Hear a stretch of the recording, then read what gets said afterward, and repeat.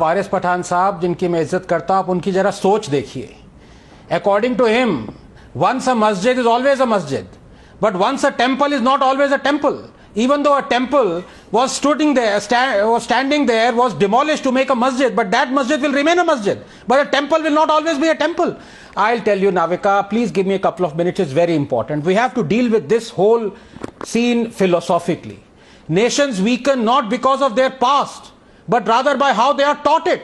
For 70 years, we have been taught to celebrate Gyan Vyapi Mosque as a monument to some Hindu-Muslim unity and not as what it really is, a cruel historical injustice.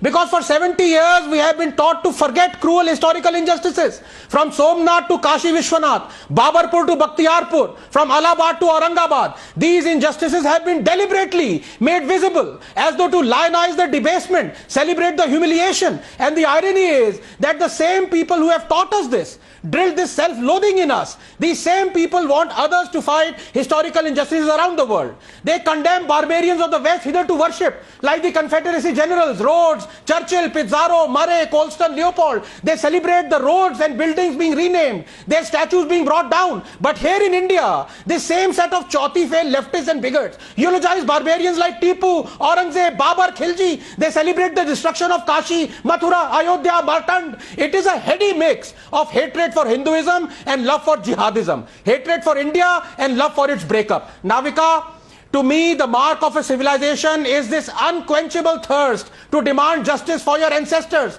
to correct a historical wrong. For that exemplifies a continuity, an idea, a memory that can never be erased, that is worth fighting for and preserving. It makes justice greater than the sum of its parts, Navika. And that is why civilizations are not fleeting like empires. That is why history is a medicine. Catharsis is a cure. The concept of justice is like memory. It keeps getting passed on until realized. If an image could speak a million words today, it would be that of that Gyan Vyapi Mosque built atop the grand Kashi Vishwanath temple, demolished by the monster Aurangzeb. If orphaned stones could speak and not just weep, their stories they would tell. If we weren't fearful of our past, the future we would have. Navika, please give me 20 seconds, I beg it. Why shouldn't Kashi Vishwanath be washed of the sins the tyrants committed on it?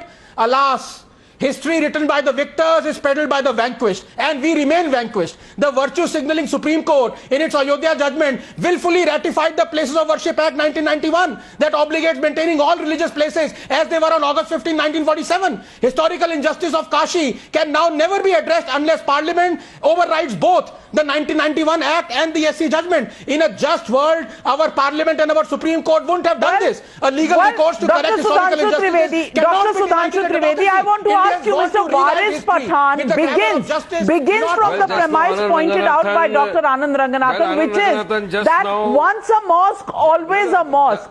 But once a temple, not always a temple. मुझे तो इसी बात से दिक्कत है. अरे अगर कोई प्रॉब्लम है, अपील में जाना चाहते हैं, लीगल प्रोसेस है, चलिए पहले उसे फ्रॉड बुलाएंगे और उसके बाद कहेंगे once a mosque, always a mosque. Anand Ranganathan just now made a reference to places of worship in 1991. वारिस पठान साहब, आज आपने मुझे बहुत दुख पहुंचाया है. आज आपने मुझे बहुत दुख पहुंचाया है. By saying that once a mosque, always a mosque. Even if that mosque, that is the Mecca. That is the center of Islam. What stops the Prime Minister? As per law, is entitled. As per law, he has to implement the Places of Worship Act 1991. You're watching the News Hour at 9.